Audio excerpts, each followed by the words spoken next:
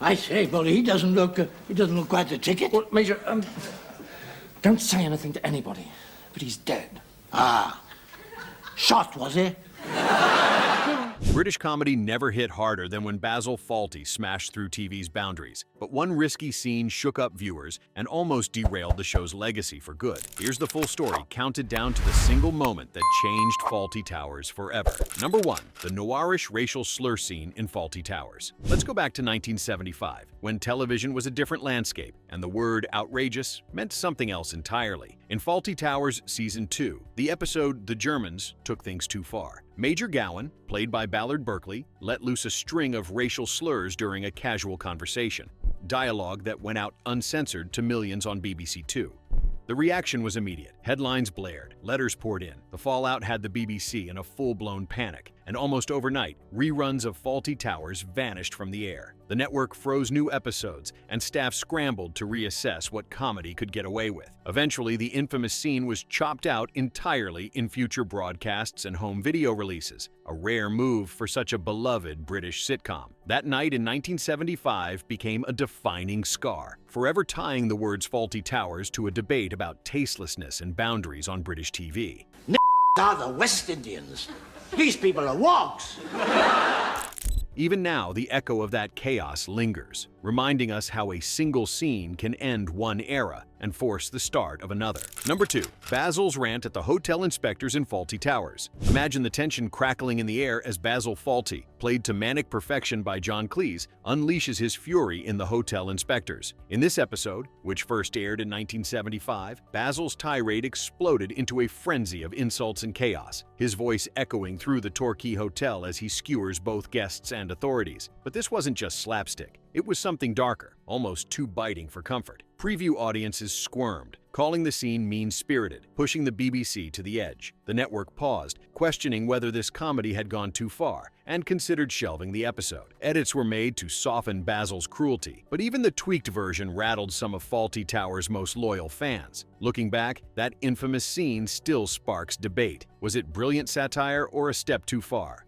Either way, it's a reminder of how laughter can sometimes leave a mark, inviting us to peek behind the ruffled curtains and wonder where humor's true boundary lies. Number 3. Sybil's outburst at Basil in Fawlty Towers. Few sitcoms ever captured manic chaos quite the way Fawlty Towers did. But in the episode titled The Anniversary, the show cranked up the intensity with Sybil Fawlty's legendary meltdown. Portrayed by Prunella Scales, Sybil turned a simple marital spat with Basil into a storm of insults, shrill shouts, and even plate throwing, spooking not just Basil but everyone in the room. The original scene, filmed in 1979, was considered so biting that some of Sybil's most vicious lines never saw the light of day. Later broadcasts trimmed the sequence. Censors found her barbs and physical fury too intense for comfort, especially given the era's standards. Even decades later, Scales revealed in interviews that what aired was tame compared to what their cameras actually captured. That unforgettable outburst marked the zenith of Fawlty Towers' signature blend of discomfort and comedy, crystallizing the show's ability to teeter between hilarious and harrowing. After the plate shards settled, British comedy would never be quite as wild, or as raw again.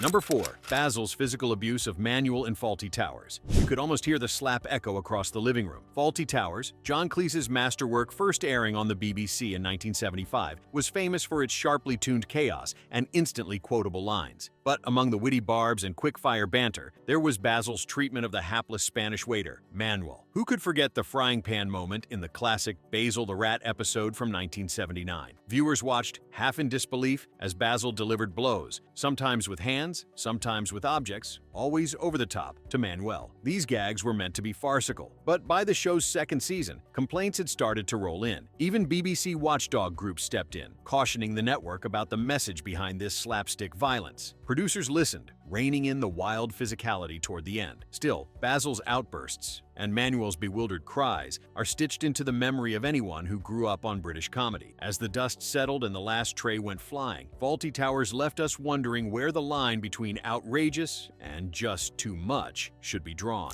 Number 5. Holly's fake Spanish outburst in Fawlty Towers. You can still hear that moment. Polly, played by Connie Booth, flailing her arms and mimicking Manuel's hurried Spanish, her accent more caricature than Castilian. It happened in the 1975 episode The Builders, the moment that sparked a storm. With John Cleese's Basil Fawlty darting about in panic, the chaos in the hotel escalated, but it was Polly's send-up that drew the sharpest gasps. Some viewers roared with laughter at the comic absurdity, while others wrote furious letters to the BBC, insisting the bit crossed a line. Rumor has it, Cleese and Booth argued late into the night over whether to keep the gag, but in the end, they leaned into the wild energy that made the show unforgettable. The controversy only added to the legend of Fawlty Towers, a sitcom that ran for just 2 series, yet still manages to rattle polite conversation today. Whether you found it daring or just dated, that fake Spanish moment became a defining fault line, and the echo of the debate carries on every time someone cues up an old episode. Let's pause for a second. Which Fawlty Towers scene made you laugh out loud, and which felt too close to the edge? Did your family ever gather for classic sitcom nights like this? Share your memories. We'd love to hear your favorite moments. Number 6. The Drunken Major in Fawlty Towers. There's a rattling of cutlery and the clink of a sherry glass at Fawlty Towers, and at its center is Major Gowan, a relic of a fading British Empire. In several Season 1 episodes, his rambling, alcohol-fueled conversations became legendary for all the wrong reasons. Actor Ballard Berkeley brought the Major to life, but his old-world outbursts included racial slurs that made everyone shift in their seats, on screen and off. John Cleese and Connie Booth had intended the Major as a lampoon of outdated attitudes. Still, by the late 70s, what once played as satire grew sharply uncomfortable.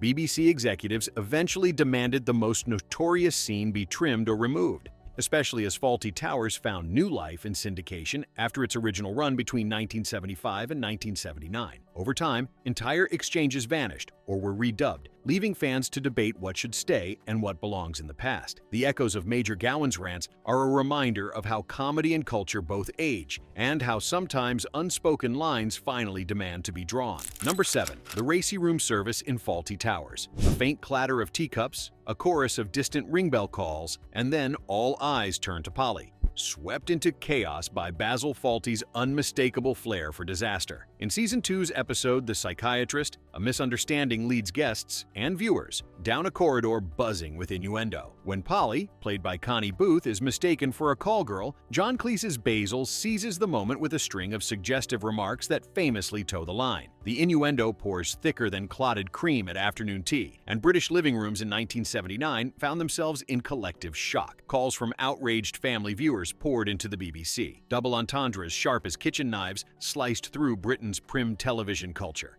The resulting uproar nearly forced the network to yank the episode from any future reruns, a testament to how far Fawlty Towers was willing to go for a laugh. And yet, the uproar cemented the series as fearless, a show that dared to tiptoe past the boundaries, leaving viewers wide-eyed and curious for whatever fresh mischief Basil might serve up next. Number 8. The dead body gag in Fawlty Towers. There's a certain unease that creeps in as Basil Fawlty desperately hauls a dead body across the hotel, doing anything to keep the truth hidden from his guests. In the episode The Kipper and the Corpse, which aired in February 1979, Fawlty Towers pushed comedy to its dizzying limit. John Cleese's frenzied performance, sweating, stumbling, and swearing under his breath as Basil, was outrageously funny. But to some viewers and staff, the joke stepped too far. The idea of a corpse treated as a prop for slapstick drove complaints straight to the BBC's doors. Networks everywhere were suddenly asking, is it too much to laugh at death? Even behind the scenes, crew members later admitted the episode felt riskier than the rest, sparking real debate about what sitcoms could or should get away with. He's stone cold. Yes. Oh, joy! Oh, thank you! Yet that boundary testing was the heart of Fawlty Towers. Risky business, bold laughs, and just possibly a little guilt with your giggles. Next up, we'll tumble deeper into the surprises waiting in classic TV's forbidden corners. Number 9. The fire drill fiasco in Fawlty Towers. Alarms blaring, guests stampeding, Basil in the thick of it. This was Fawlty Towers at its madcap peak. In Season 2's legendary episode The Fire Drill, John Cleese spun a simple safety exercise into a full-scale riot. Basil's overzealous announcement had guests dashing headlong into chaos. Trays clattered, Mrs. Richards screamed, and the hotel lobby became a battlefield of flying plates and pratfalls. Well, how are we supposed to know that wasn't the fire bell? Because it doesn't sound like the fire bell. It was uproarious British farce for the audience. But behind the scenes, things got serious. Internal memos at the BBC flagged the episode for allegedly glamorizing dangerous behavior and poor fire safety protocol. With real injuries on set, insurers raised their eyebrows, and John Cleese found himself in hot water with the suits. Even as fans quoted lines and mimicked Basil's wild improvisation, censors circled, worried about imitated chaos in real hotels. The uproar over this one scene nudged decision-makers, casting a shadow over the show's raucous spirit. Next, we'll watch as networks wrestle with finding comedy's boundaries while still drawing a crowd. Number 10. The German guests in Fawlty Towers. Suddenly, the dining room fills with tension and laughter. It was 1975, and the Germans' episode of Fawlty Towers rolled onto British television screens. John Cleese's Basil Fawlty, ever the bumbling hotelier, charged across the floor, springing into a mocking goose step, spouting, "Don't mention the war." With that, an era-defining comic line was born. Don't mention the war!